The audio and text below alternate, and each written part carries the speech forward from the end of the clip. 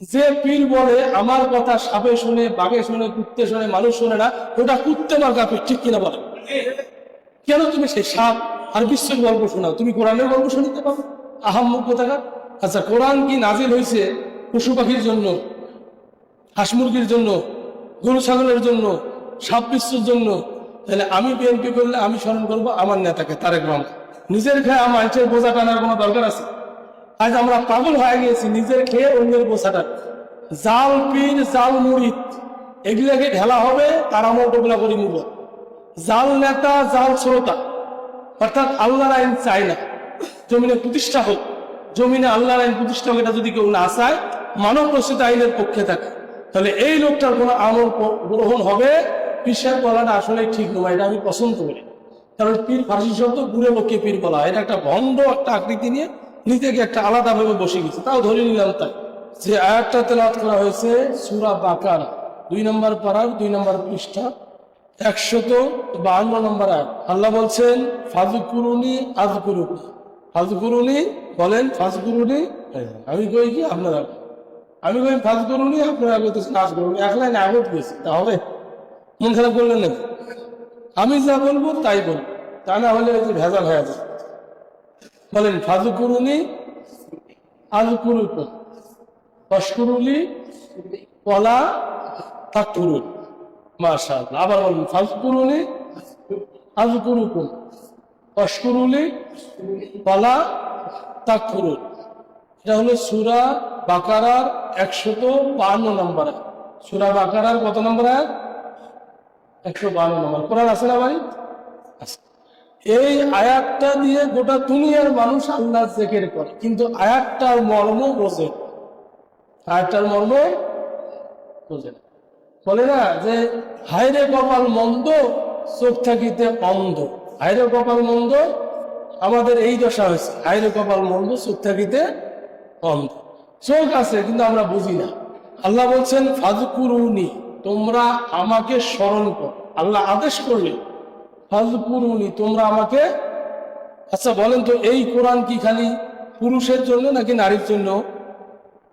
নারী পুরুষ সবাই রে, কি বলে?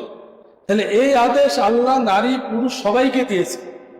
পৃথিবীর যত সৃষ্টিকুল আছে, উদাহরণ দিচ্ছি একটা। এই বাংলাদেশে রাজনৈতিক দল হিসেবে বর্তমান দল আছে বিএনপি, জামাতে ইসলাম, চরমনাই, আছে না? বাকি দলগুলোর কথা ভাবতেন, যেগুলো পরিচিতি অর্জন করছে তাদের কথা বলতেছে। এখন বিএনপির লোক, তারা বলবে আমাদের নেতার আদর্শ খুবই ভালো, বলবে কিনা যে আমাদের নেতার এত সুন্দর চরিত্র, ফুলের মতো। আচ্ছা বলেন, রসুল বলছে যে নামাজ পড়লো না, ইন্না বাইনা রুজুলি ও বাইনা শিরকি ও বাইনা কুফরি, তার কাছে না, সে কাফের, সে মুশরিক। কথাটি কার? আল্লাহ নবীর। কার কথা? তাহলে সে বলে আমার নেতার চরিত্র ফুলের মতো পবিত্র, তাহলে এখানে হবে আমার নেতার চরিত্র মিথ্যের মধ্যে অপবিত্র, মিথ্যের মতো, তাই না? এবার আসেন, তারা বলতেছে তাদের দলীয় বই এটা বলে। আমি একটা কিন্তু কোরআনের ব্যাখ্যা বুঝিয়ে গিয়ে উদাহরণটা দিচ্ছি। এবার আপনি চরমনাইতে আসেন, তারা বলে আমার নেতার চরিত্র ফুলের মতো পবিত্র, জামাতও তাই। তাহলে এরা নিজ নিজ দলের দিকে, নিজ নিজ তাদের দলীয় নেতাকে ঠিক রাখার জন্য, দলকে ক্ষমতার জন্য, নিজের লাভের জন্য সবাই তার নিজ নিজ স্লোগানে ব্যস্ত। কি বলে? এখন যে লোকটা আওয়ামী লীগ করে ও কার বান্দা? কথা বোঝেন নাই? আর যে লোকটা বিএনপি করে ও কার বান্দা? যে লোকটা জামাতে ইসলাম করে কার বান্দা? যে লোকটা হাত পাকা চরমনাই কার বান্দা? তাহলে 4 গ্রুপের লোকেই তো আল্লাহর বান্দা। তাহলে 4 জন 4-5 ভূমিকা রাখতেছে, কারণ কি? কারণ হলো নিজ স্বার্থের জন্য মানুষ আল্লাহকে বাদ দিয়ে, মানুষ মনে করে যে খাও দাও ফুর্তি করো, তুমি এটা মস্ত, এই জন্য নিজের দিকে টান, নিজের দলের দিকে টান। কিয়ামত পর্যন্ত যদি মানুষ তার নিজের দিকে আকৃষ্ট করতে চায়, তাহলে সে কখনো শান্তি খুঁজে পাবে। এবার আসে যারা নিজ নিজ দলে টানে, এরা তো শান্তি দিতে পারে না। এবার সবাইকে সৃষ্টি করছেন কে? তাহলে আমি বিএনপি করলে আমি স্মরণ করবো আমার নেতাকে, তারেক রহমান। আমি যদি জামাত করি স্মরণ করবো আমার নেতা ডক্টর শফিকুর রহমান। আমি যদি এদিকে ইসলামী আন্দোলন করি, আমার নেতা চরমনাই পীর সাহেব বলাটা আসলে ঠিক নয়, এটা আমি পছন্দ করি। কারণ পীর ফার্সি শব্দ বুড়ো লোককে পীর বলা হয়, এটা একটা ভণ্ড একটা আকৃতি নিয়ে নিজেকে একটা আলাদাভাবে বসে গেছে, তাও ধরে নিলাম তাই। তাহলে এটা যদি আপনি ধরেন, তাহলে আমি আমার নিজ দলের দিকে স্লোগান দিচ্ছি, এটা তো নিজের স্বার্থের জন্য। কি বলে? আল্লাহ সবাইকে বানাইছে, আল্লাহ এবার কি স্লোগান দিচ্ছে ভালো করে শুনি। আল্লাহ বলছে ফাযকুরুনি, কি বলছে? তোমরা আমাকে স্মরণ করো। আমরা কাকে স্মরণ করবো? এই আদেশ কে করছে? আমরা যে দলের লোকই, আমাদের সৃষ্টিকর্তাকে। তাহলে দল ভাগিত না, আপাতত পরে করে। এই কথার প্রসঙ্গগত কারণে বলতেছি, দলটা বাদ দেন। মুরগির বাচ্চা যেমন খাঁচা দিয়ে ঢাকিত পরে দলের হিসেবে। আল্লাহ বলছে ফাযকুরুনি, আমি তো বলছি এক পাশা বেশি যদি আগান তাহলে কিন্তু বুঝবেন না, আমি যতটুকু বলি তাই বলেন। ফাযকুরুনি বলেন, আল্লাহ বললেন আমাকে স্মরণ কর। কাকে স্মরণ করার কথা বলছে? এবার আল্লাহ যাকে স্মরণ করার কথা বলছে, এই লোকগুলো আল্লাহর বান্দা এবং বান্দা, আল্লাহর যত সৃষ্টিগুলো আছে। আচ্ছা, কোরআন কি নাজিল হয়েছে পশু পাখির জন্য, হাঁস মুরগির জন্য, গরু ছাগলের জন্য, সাপ বিচ্ছুর জন্য? যে পীর বলে আমার কথা সাপে শুনে, বাঘে শুনে, কুত্তে শুনে, মানুষ শুনে না, ওটা কুত্তে মার কাপড়, ঠিক কিনা বলে? কেন তুমি সাপ আর বিশ্বের গল্প শোনাও? তুমি কোরআনের গল্প শুনতে পারো? আহাম্মক কথা বলেন, ঠিক কিনা? এবার আসে, আল্লাহ আমাদের জন্য, পৃথিবীর সমস্ত মানুষের জন্য নাজিল করছেন কোরআন, এবং নর নারী, পুরুষ মহিলা, একে জন্ম থেকে মৃত্যু পর্যন্ত আল্লাহ বলছেন ফাযকুরুনি, তোমরা আমাকে স্মরণ করো। কাকে স্মরণ করবো? আল্লাহকে স্মরণ। আল্লাহকে স্মরণ করলে আল্লাহ বলছেন আযকুরুকুম, আমিও তোমাদের স্মরণ করবো, আমিও তোমাদের। এবার আমরা আল্লাহকে স্মরণ যদি ঠিক আল্লাহ যেভাবে করতে বলছে সেইভাবে করি, তা আল্লাহ আমাদের সেইভাবে স্মরণ করবেন। যেমন ইব্রাহিম নবী কাকে স্মরণ করছিল? কঠিন পরীক্ষা দিতে হয়েছে, নমরুদ তাকে অগ্নিকুণ্ডে ফেলা দিয়েছে, কিন্তু ইব্রাহিম নবী বলছে না, আমি আল্লাহকে স্মরণ। আল্লাহ বলছে আমার বান্দা আমারে স্মরণ করে, কুল্লা ইয়া নারু কুনি বারদাও ওয়া সালামান আলা ইব্রাহিম, হে আগুন শীতল হয়ে যাও আমার ইব্রাহিমের উপরে। সুবহানাল্লাহ। সে আল্লাহ আজও আছে না? আপনার যতই বিপদ, আপনি আল্লাহকে স্মরণ করেন। আপনার ক্যান্সার, স্মরণ করেন আল্লাহকে, নামাজ পড়ে কাঁদে, আল্লাহ ভালো করে দেন। আপনার জ্বর আসছে, আপনি নামাজ পড়ে কাঁদেন, আল্লাহ ভালো করে দেন। আপনি অভাবী, নামাজ পড়ে কাঁদেন, আল্লাহ আপনার অভাব দূর করে দেন। আপনি কোনটা চান? আপনি রাজনীতিতে নেতা হতে চান, আপনি আল্লাহর কাছে কাঁদেন, আল্লাহ আপনার সেই ব্যবস্থা করবেন। কথা বলেন ঠিক? আপনি আল্লাহকে বাদ দিয়ে নিজে নিজে দেওয়ানগিরি করবেন, ওই দেওয়ানগিরি আল্লাহর কোন রহমত। এবার আসেন, নিজে নিজে দেওয়ানগিরি করলে কি? ফিরআউন নিজে নিজে দেওয়ানগিরি করছে, ফলাফল কি? বিশাল রাজত্ব ছিল, শক্তি ছিল, কিন্তু এই শক্তি রাজত্ব আর টেকে নাই। পানিতে চুবিয়ে মেরেছেন কি? কথা বুঝতেছেন? নমরুদ বিশাল রাজত্ব ছিল, তাকে জনগণের স্যান্ডেলের মাইল খাইতে খাইতে তাকে মৃত্যুবরণ করতে হয়েছে। এই শাস্তি দিয়েছেন কি? তাহলে আমরা স্মরণ করবো কাকে? আল্লাহ। তো আল্লাহকে যদি স্মরণ করি, দুইটা উদাহরণ দিয়ে বুঝাইলাম, যত সাইট আছে ভালো আর মন্দ, যদি আপনার স্মরণ আল্লাহকে ঠিক রাখার, ঠিকভাবে স্মরণ করতে পারে, তো আল্লাহ আপনাকে স্মরণ করে শত বিপদ থেকে উদ্ধার করবে। সুবহানাল্লাহ। এবার আসেন, আযকুরুনি আযকুরুকুম, সংক্ষেপে এই দুইটার কথা বললাম। এবার ওয়াশকুরুলি, আল্লাহ বলছে আমার শুকরিয়া আদায় করবে। কার শুকরিয়া আদায় করবে? আল্লাহর শুকরিয়া। তো আল্লাহর শুকরিয়া, আল্লাহর স্মরণে হয়, জিকিরে হয়। সবচেয়ে বড় জিকির হলো আল্লাহর স্মরণ, সবচেয়ে বড় শুকরিয়া আল্লাহ স্মরণ। এবার আপনি শুকরিয়া আদায় করলেন, মসজিদে একখানে বসে আপনি একটা তসবিহ নিয়ে, কথাগুলো গুরুত্বপূর্ণ, মনোযোগ দেন, অল্প সময় শেষ হবে। আপনি গুরুত্বপূর্ণ কথাগুলো মনোযোগ দেন, অল্প সময় শেষ হবে ইনশাল্লাহ।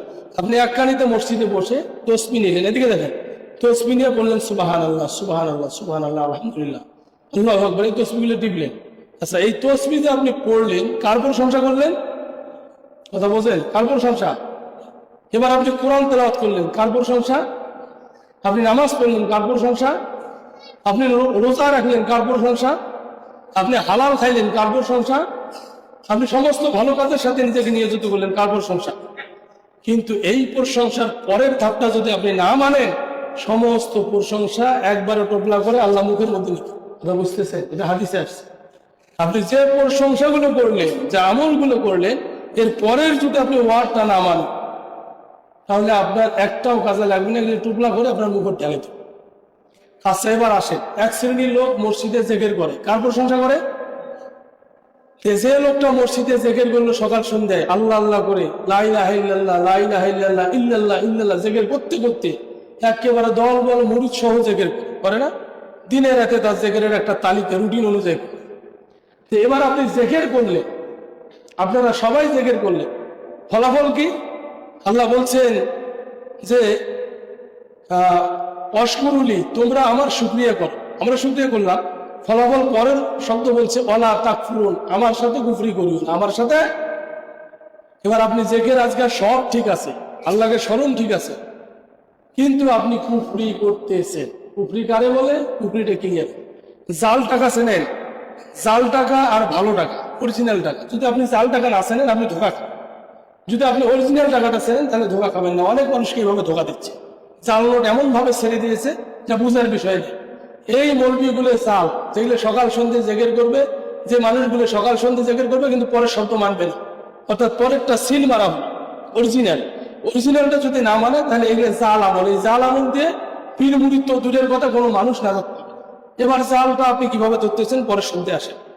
আল্লাহ বলছেন ওয়ালা তাকফুরুন, আমার সাথে শিরক করিও না, আমার সাথে শিরক করিও না, কুফরি করিও না। ওয়ালা তাকফুরুন, কুফরি করিও না। কুফরি কারে বলা হয়? আমি যে কথাটা বলছি, ফাযকুরুনি আযকুরুকুম, আল্লাহকে সবসময় স্মরণ করলে, শুকরিয়া করলে, কিন্তু আল্লাহ পরের শব্দে বললো আমার সাথে কুফরি করো, কুফরি করো। কুফরি হচ্ছে ওই জিনিস, আল্লাহ বলছে ওয়াল্লাযীনা কাফারু, যারা কুফরি করে, ইউকাতিলুনা ফি সাবিলিত তাগুত, তারা হলো তাগুতের অনুসারী, তাগুতের অনুসারী। কার অনুসারী? কথা বলছেন, কার অনুসারী? এখন তাগুতটা কি এটা চিনতে হবে। তাগুত হলো আল্লাহ দ্রোহী সমস্ত শক্তির নাম হলো তাগুত। আল্লাহ দ্রোহী সমস্ত শক্তির নাম তাগুত। আপনি জেকের আজকে যাই করেন, আপনি তাগুতের অনুসারী হলে আপনার জাল টাকার মতো সমস্ত আমল জাল, এটার দাম নেই। এবার তাগুতের শক্তি কি লক্ষ্য করেন। জেনা করা, এটা কার শক্তি? বাবা যে কথা বলছেন, তাগুতের শক্তি। কার শক্তি? তাগুত হলো আল্লাহ দ্রোহী শয়তানি শক্তির নাম। তাহলে আমরা তাগুতকে শয়তান ধরে নিলাম, যেহেতু কোরআনে তাই বলছে, তাহলে এটা শয়তানের শক্তি। জেনা করা কার শক্তি? শয়তানের শক্তি। তাগুত অনেকে বুঝবেন আরবি শব্দ, শয়তানটাকে বুঝবে, বলবেন আমার সাথে। জেনা করা কার শক্তি? এই লোকটা জেকের আজকাল সবগুলো জেনা করলো, ওর আমল হলো চাল, ওর আমল হলো। এবার বলেন সুদ খাওয়া কার শক্তি? শয়তানের শক্তি। বলেন শয়তানের শক্তি, কথা বলেন শয়তানের শক্তি, শয়তানের শক্তি। বলেন সুদ খাওয়া কার শক্তি? এই শয়তানের শক্তি যে ব্যবহার করবে সুদ খাবে, ও জেকে রাজগার করিয়ে যতই মসজিদ ফাটে ফেলায়, ওর সমস্ত আমল জাল, কিয়ামতের দিন ওর মুখে ঢেলাবে আমলগুলো টোপলা। এবার আসে ঘুষ খাওয়া কার শক্তি? বুঝতেছে? ও যতই আমল করুক, একে পাঞ্জাবি টুপি আতর লাগে আওয়াজ করিয়েছি বসে থাকে, কিন্তু সে কি খাচ্ছে? ঘুষ খাচ্ছে। ও তাগুতের অনুসারী, শয়তানের শক্তি ব্যবহার করতেছে, ওর আমলকে ওর মুখে ঢেলাবে কেন। চুরি করে কার শক্তি? সে যতই আমল করুক, ওই চোখটা যদি এগুলো ছাড়ি না দিতে পারে, ওর আমল দিয়ে ওর মুখে ঢেলাবে। ডাকাতি করে কার শক্তি? তাহলে এই ডাকাতের মুখে ঠেলা হবে। এভাবে আপনি আপনার বাড়িতে আসেন, এটা তো গেল চোর, ডাকাত, গুন্ডে, বদমাস। চাঁদাবাজি করা কার শক্তি? কথা বলছি, বোঝেন নাই? কার শক্তি? ওই লোকটা চাঁদাবাজি করলে যতই আমল করুক, আমল টোপলা করে মুখে ঠেলা নবীজি বলছেন সে। এবার আসে আপনার নিজ বাড়ি, আপনি আপনার পরিবারের হিসেবে, আপনি একজন পরিবারের অভিভাবক, একজন ছেলে তার বাপের সাথে অসৎ আচরণ করল। তার বাপ তাকে জন্ম দিল, কিন্তু বাপ হয়তো বা তাকে সম্পদ দিতে পারে নাই, জন্ম দিল। আল্লাহ বললো বাপের সাথে ভালো আচরণ করো, মায়ের সাথে হকফিদুল্লাহ জানা হাদুল্লি বিনার রহমান। এ বললো কি বাপ্পার সাথে রাগ হয়ে কথা বললো, গালিগালাজ করলো, এটা কার শক্তি?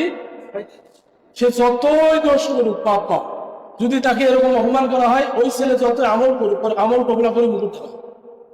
এবার পারিবারিক থেকে আপনি আসেন, আপনার এলাকা ভিত্তিক মেম্বার, জনগণের যদি সম্পদ যেটা বাজেট এসে মারি খায়, কার শক্তি ব্যবহার করলো?